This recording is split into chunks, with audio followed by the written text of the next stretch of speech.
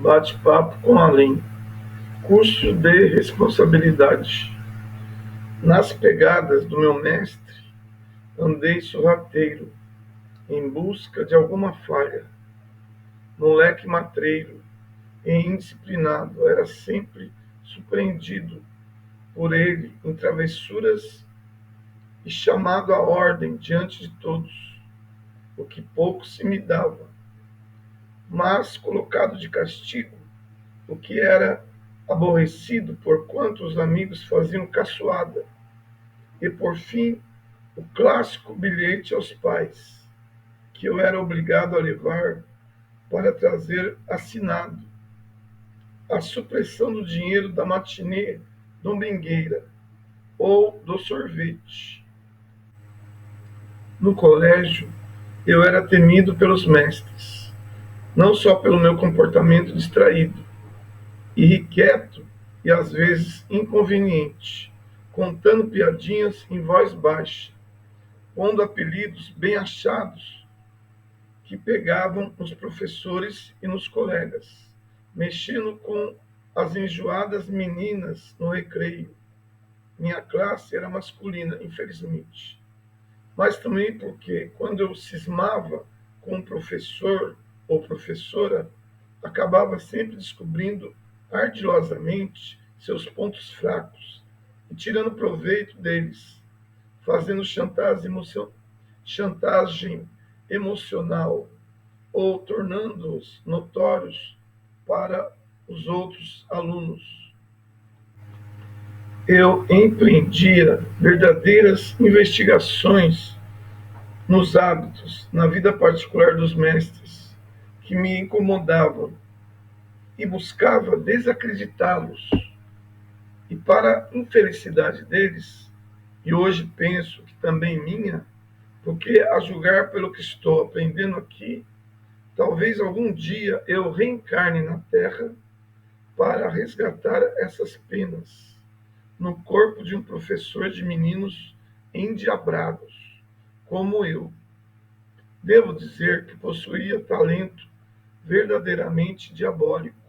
Tinha até alguns companheiros, os quais liderava, que me auxiliavam a troco de proteção ou de pedaços do lanche sempre muito farto que minha babá aprontava sob as vistas vigilantes de minha mãe zelosa das minhas necessidades proteicas. Certa feita, era o professor de História Natural, homem duro e sério, que me incomodava. É que ele parecia possuir um sexto sentido que não deixava ilesa nenhuma de minhas travessuras, cortando-as rigorosamente, justiçando-me todas as vezes. Assim não podia continuar, precisava tirar uma desforra. Tornei-me, sem que ele o notasse, um estudioso da sua personalidade. Conhecia-a a tal ponto que podia imitar-lhe a maneira de falar, os tiques e as palavras usuais.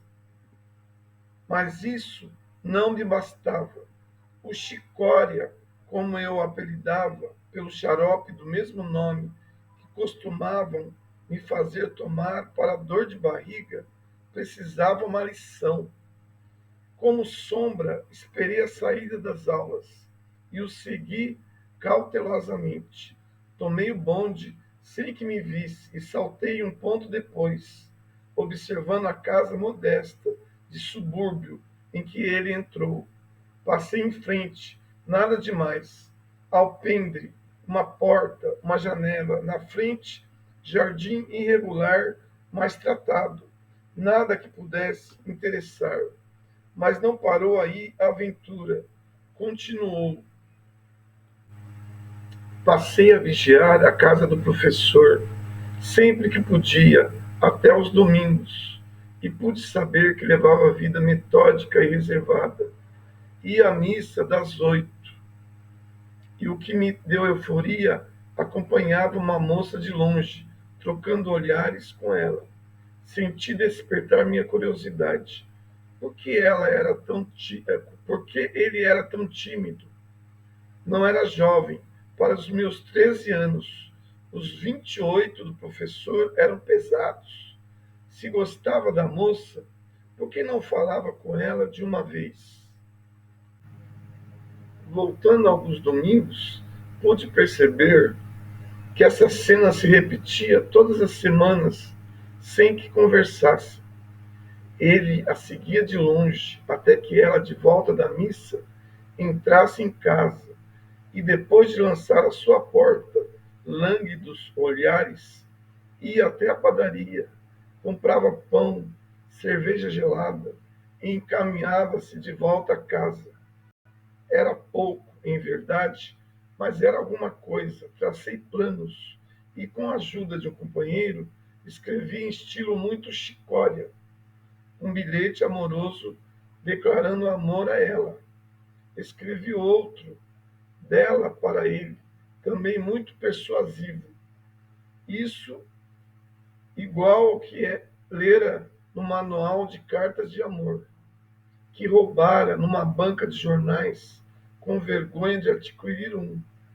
Assinei o nome dela, que eu tivera o cuidado de investigar. Nos dois bilhetes, marquei um encontro domingo à tarde, no jardim das proximidades. Eu e um amigo, que não era conhecido do professor, fomos à missa das 8. E eu entreguei o bilhete a ela, dizendo que aquele moço tinha mandado. E meu companheiro entregou a ele o outro bilhete, como se ela tivesse mandado. Divertimos-nos muito, porque os dois, surpreendidos e corados, apertaram o bilhete na mão, mas nem se olharam. Na saída, cada um disfarçou e seguiu seu caminho. Exultei. A coisa ia pegar. Ia ser engraçado a classe assistir ao encontro dos dois no jardim.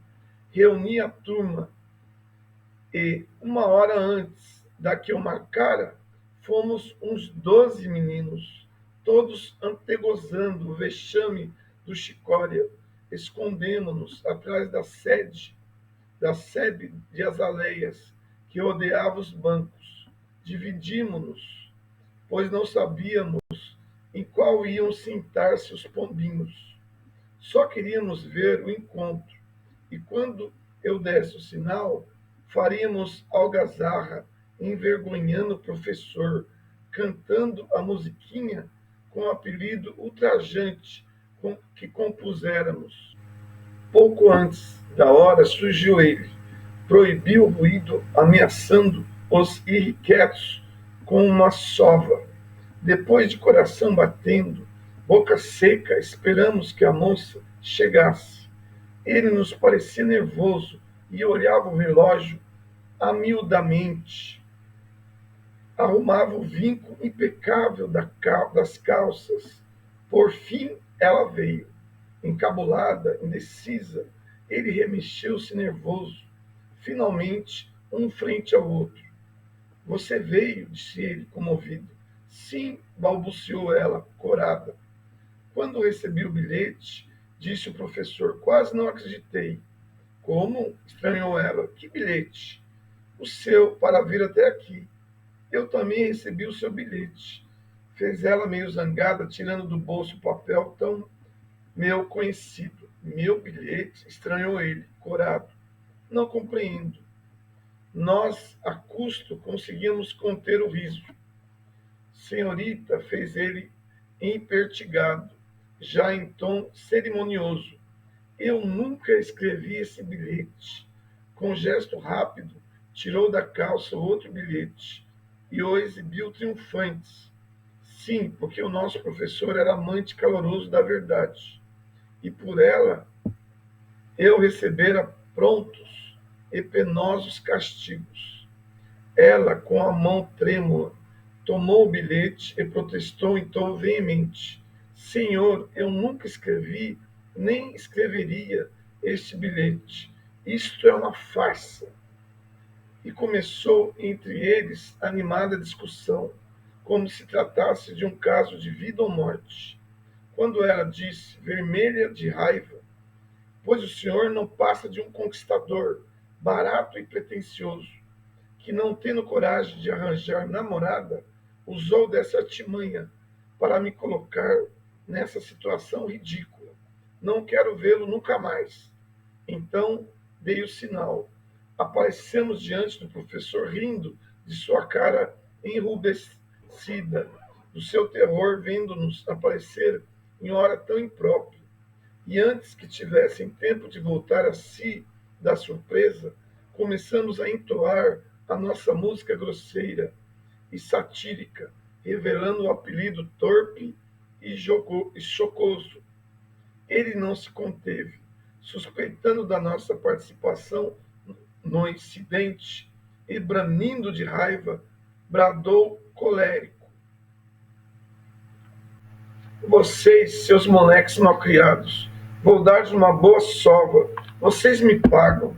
A moça afastou-se, quase a correr, enquanto nós, pressentindo as intenções furiosas do professor, demos as pernas para que te quero. Espalhamo-nos, e ele, em sua fúria, não nos conseguiu alcançar. Fomos rolar de rir na porta de minha casa, imitando a cena presenciada e representando-a com alegria. Só falamos disso naquela noite. No dia imediato, aparecemos em aula sérios e bem comportados. Colocamos o nome dela na lousa, em letras bem graúdas. Quando ele entrou, pelo olhar dos alunos, percebeu que todos já sabiam da cena desagradável do dia anterior. Apesar de fazer-se desentendido, nós não o poupamos. Todos os dias tínhamos uma forma de ridicularizá-lo indiretamente, colocando versinhos em sua mesa, relembrando a cena ridícula, até que por fim consegui o meu objetivo. Ele mudou de colégio, cansado do ridículo. Nunca mais soube dele. Nas brincadeiras e traquinadas daquele tempo, não dava conta da minha maldade, pois o fazia como quem pratica justiça. Era a minha maneira de ser, de protestar contra as disciplinas rígidas daqueles tempos, onde não podíamos sequer ter opinião, onde aluno era desrecalque para maus mestres. Arrependo-me disso hoje, e principalmente agora, ao chegar aqui, assim que pude, demonstrei o desejo de retornar às atividades literárias, mandando reportagens para a terra. Eu fui convidado a fazer um curso de responsabilidade. E quando ingressei no salão, para castigo meu, encontrei novamente como mestre a figura do Chicória,